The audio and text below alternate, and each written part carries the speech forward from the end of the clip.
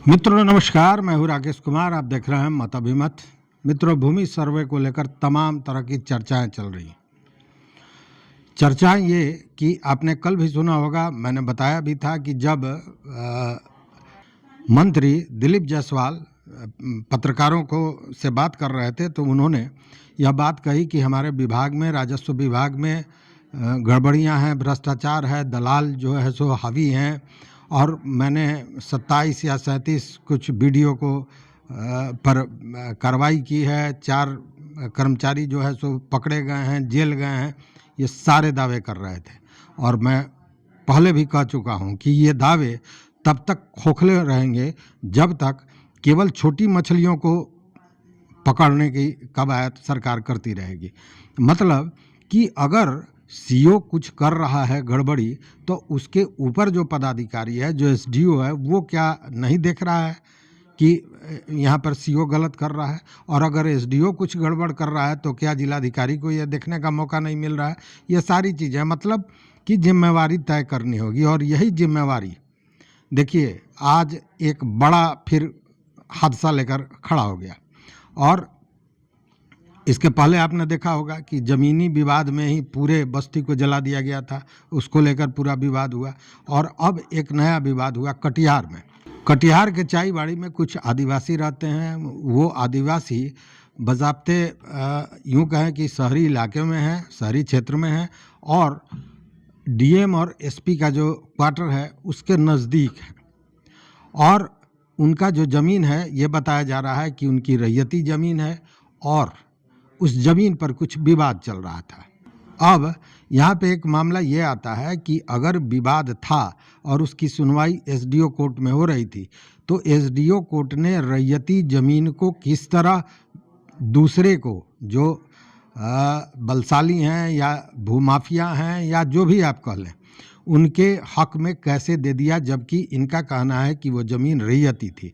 अब उस पर एसडीओ पर ये चार्ज लग रहा है, ये आरोप लगाया जा रहा है कि पैसे लेकर ये सारा कारोबार किया गया है। अब ये जब जानकारी मिली पप्पू यादव को, तब क्या हुआ, यह देखने वाली बात है। पप्पू यादव को जानकारी मिली, वो कटिहार पहुंचे और उन्होंने कुछ सवाल किया। क्या सवाल किया, ये जरा सुनिए। यदि फैसला कानून का होगा तो गुंडे नहीं रहेंगे हटाने के लिए। यह देश गुंडा से चलेगा, पैसे वाले से चलेगा यह देश? यह देश किससे चलेगा? कानून से, संविधान से कि गुंडा से? गुंडे लोग आए, परसों रात में मार के भगा दिए और कल 144 लगा दिया और उसके समाज को छुड़ा गया। आज भी धमकी दी गई गुंडे लोगों के द्वारा, कोई सुनने वाला नहीं। 200 मीटर पर थाना, 250 मीटर पर डीएम एसपी साहब का घर और गुंडे लोगों का आतंक। कब तक यार, कब तक ये माफिया चलाएगा इस बिहार को? कब तक अपराधी माफिया आम लोगों की जिंदगी हराम करेगा? क्या कोई दलित आदिवासी का सुनने वाला नहीं है? वो पूछ रहे हैं कि कब तक यार, कब तक ये माफिया बिहार को चलाएगा? और अगर प्रशासन का मामला था तो इसमें गुंडे कहाँ से चले आए? गुंडे आकर मारपीट करके घर खाली करा दिया है, इनके साथ बदतमीजी की, और उसके बाद नेक्स्ट डे 144 उस पर कैसे एसडीओ ने लगा दिया। ये सारी बातें सामने आ रही हैं। मतलब कि सीधा आरोप एसडीओ पर जा रहा है। और मामला भूमि विवाद, जो नीतीश जी कह रहे हैं कि भूमि विवाद सारे समाप्त हो जाएंगे तब जब ये सर्वे हो जाएगा, मलकियत स्पष्ट हो जाएगी। लेकिन मलकियत स्पष्ट कब होगी, कैसे होगी? जब ये पदाधिकारी उल्टा सीधा इस तरह की हरकत करते रहेंगे जैसा आरोप लगाया जा रहा है। जमीन किसी का रैयती दे दिया किसी और को। अब ये घटना क्या है, यह भी समझिए। ये घटना है कटिहार के चाईबाड़ी का। यहाँ पे आदिवासी परिवार रहते हैं, उनमें विवाद चल रहा था। एसडीओ ने वो फैसला विपक्ष के जो धनाढ्य लोग हैं या जो बलशाली हैं, जो दबंग हैं, उनके हक में कर दिया। अब उनके हक में कर दिया तो ये मामला जब सरकारी चल रहा था तो वो खाली कराने का काम भी सरकार को ही करना था, लेकिन ऐसा नहीं हुआ। बताते हैं, जैसा महिलाओं ने बताया पप्पू यादव को, हम वो वीडियो भी दिखाएंगे कि 100-200 लोग आए, उनके साथ मारपीट करने लगे, हरवे हथियार के साथ थे और उनको घर से निकाल दिया। और उसके बाद नेक्स्ट डे उस ज़मीन पर 144 लगा दिया गया। पप्पू यादव को पता चला, वो पहुँचे पूरे गुस्से में, वैसा गुस्सा करते हुए कम ही देखा गया है पप्पू यादव को। और उन्होंने सारे उन चीज़ों को जो गुंडे उनके घर से बेदखल करने के लिए हटा दिए थे, सारे उनके सामान को उनको वापस किया गया और पप्पू यादव ने ऐलान कर दिया कि ये लड़ाई हम खुद लड़ेंगे। देखिए ये वीडियो। छोड़िए जरा सा,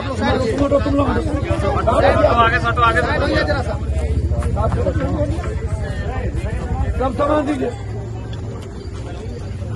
सब सामान दीजिए। दादागिरी है, उठाकर फेंक दो, मार दो, काट दो।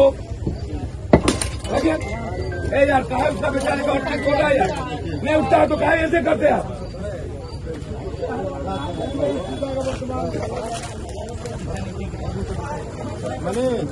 रखिए,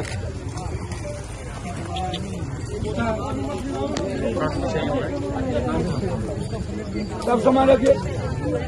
ए उठाओ, सब लोग उठाओ यार, उठाओ जो मेरे वर्कर हो। लीजिए कपड़ा लोग।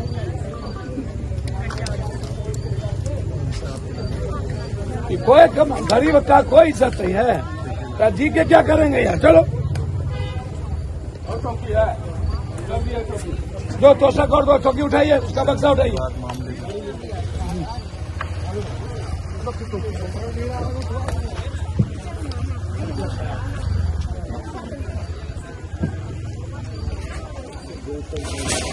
उठाओ सब लोग, कहाँ गए तुम लोग, क्या करता है तो करो। सामान वाला सब किया भैया, थोड़ा अपना हाथ लगा लो। उठा हाथ लगाओ, सही लगाई। अरे बाप,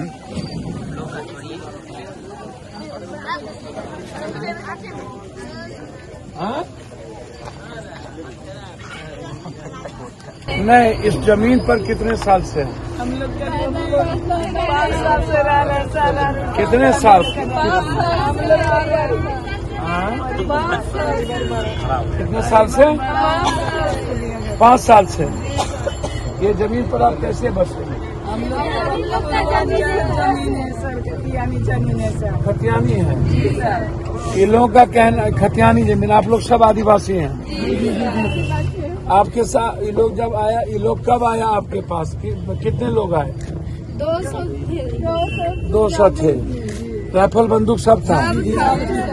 उसके बाद ये लोग आने के बाद क्या किया? सबसे पहले मारा पीटी करने लगा, जबरदस्ती भी करने की कोशिश की। क्या जबरदस्ती? शोषण करने का कोशिश कर रहे हैं। क्या बात आप कर रहे हैं? लंगड़ मुसर को हम लोग नहीं समझते, कुछ नहीं समझते हैं। ये लोग को इज्जत बेइज्जत कीजिए, फेंकिए, मरो से पहले मार दंगा करके फेंक दीजिए।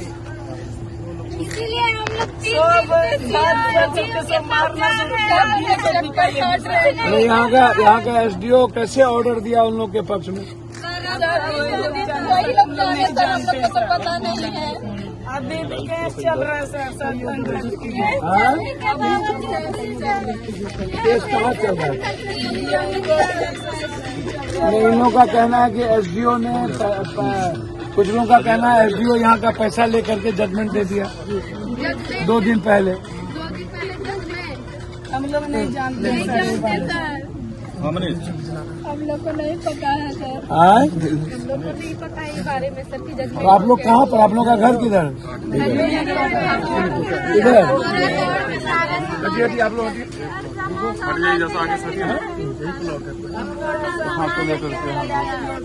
सामान लेके चला गया क्या नीतीश बाबू? यही है आपका सुशासन। तो अब ये सवाल है मंत्री जी से और ये सवाल है प्रशासन से, सरकार से, कि अगर एसडीओ ने इस तरह का कोई फैसला गलत ढंग से कर दिया है, किसी दबाव में आकर कर दिया है, किसी लोभ में आकर कर दिया है, तो क्या एसडीओ पर कार्रवाई होगी? जिस तरह सीओ पर 37 सीओ पर हमने कार्रवाई कर दी पूरे जोश के साथ मंत्री महोदय बताते हैं, क्या इस जमीनी मामले में अगर एसडीओ ने गलत किया है तो उन पर कार्रवाई होगी? नहीं होगी, यह जानी हुई बात है। इसलिए कि आप जानते हैं अभी जो प्रशांत किशोर कल जन सुराज की स्थापना कर रहे हैं, तो उन्होंने क्या कहा? उन्होंने कभी नहीं कहा कि सत्ता बदलना है, उन्होंने कहा कि व्यवस्था बदलनी है। तो जब तक ये व्यवस्था है और इस व्यवस्था को बदलने की कार्रवाई नहीं होगी, तब तक ये ऐसा ही चलते रहेगा। और अफसरशाही जो कहते हैं कि नीतीश सरकार में अफसरशाही फैला हुआ है, अफसरशाही का दबदबा है, तो वो सामने दिख रहा है कि किस तरह रैयती ज़मीन को दूसरे के नाम से कर दिया। गुंडे आकर उन लोगों को जो रैयत हैं उनको मार पीट कर खदेड़ दिए और उसके बाद फिर उस पर 144 लगा दिया गया कि उस पर अब वो जिनका ज़मीन है वो जा नहीं पाए, चूँकि 144 है, अगर जाएंगे तो प्रशासन पकड़ लेगी, वो भीतर चले जाएंगे, जेल चले जाएंगे। तो ये सारी चीज़ें हैं और इस पर अगर कोई लड़ने वाला है तो पप्पू यादव ने तो पूछा कि आखिर कहाँ है ये, कब तक चलेगा ऐसे, ये कहाँ है यहाँ का विधायक और सांसद, वो क्यों नहीं देख रहा है? क्या उसने गरीबों का वोट नहीं लिया है? क्या उसने केवल माफियाओं का वोट लिया है, गुंडों का वोट लिया है? क्या वो गुंडों के नेता हैं? ये सारे प्रश्न पप्पू यादव ने पूछे हैं और ये प्रश्न केवल पप्पू यादव का नहीं है, ये प्रश्न आम आदमी का है जो एड़िया रगड़ रगड़ कर इस व्यवस्था में जीने को मजबूर है। तो इस वीडियो में बस इतना ही। देखते रहिए मत अभिमत। मित्रों, चैनल पर नए हो तो सब्सक्राइब कीजिए, लाइक कीजिए, दोस्तों के साथ शेयर कीजिए और अपना विचार जरूर दीजिए कि आखिर ऐसा कब तक व्यवस्था कैसे बदलेगी। बहुत बहुत धन्यवाद, बहुत बहुत धन्यवाद।